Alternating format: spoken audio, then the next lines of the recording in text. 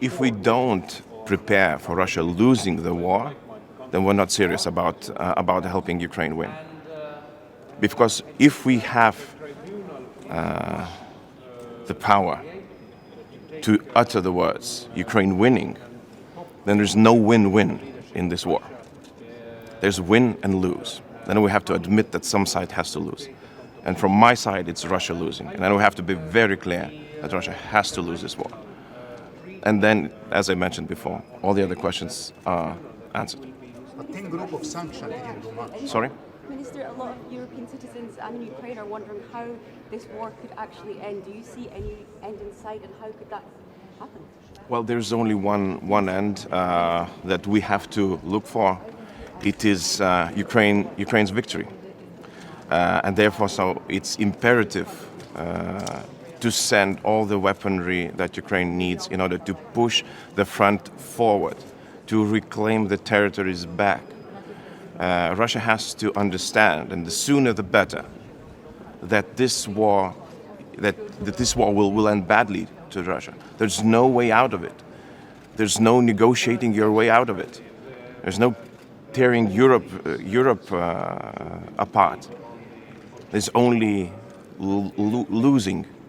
That what they start is a losing war, and they will lose it. And I'm worried still that in Europe we have not grasped the concept of Russia losing to the fullest. And I remember that Lithuania has been, and other Baltic states, and other eastern flank states have been in a very similar situation, not in the war situation, but in 1990s when we reclaimed our independence. Our Western allies, then just Western friends, not allies yet, were so afraid of Soviet Union losing and breaking apart, so much that they wanted us to stop, not to continue with our freedom. And we managed to break free, to build our freedom, to build our democracy. This is me standing here with my colleagues here, is as example of that victory. And Soviet Union broke apart. It lost. It's no longer anywhere in reality. And people who thought that after Gorbachev nothing better can happen, but we got Yeltsin. So I think that the same example applies now.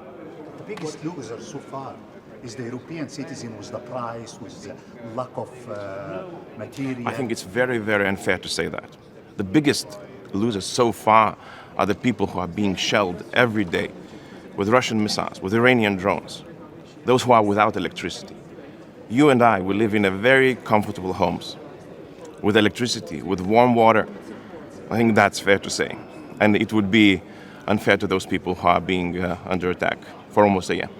Okay. How do you explain yourself with German reluctance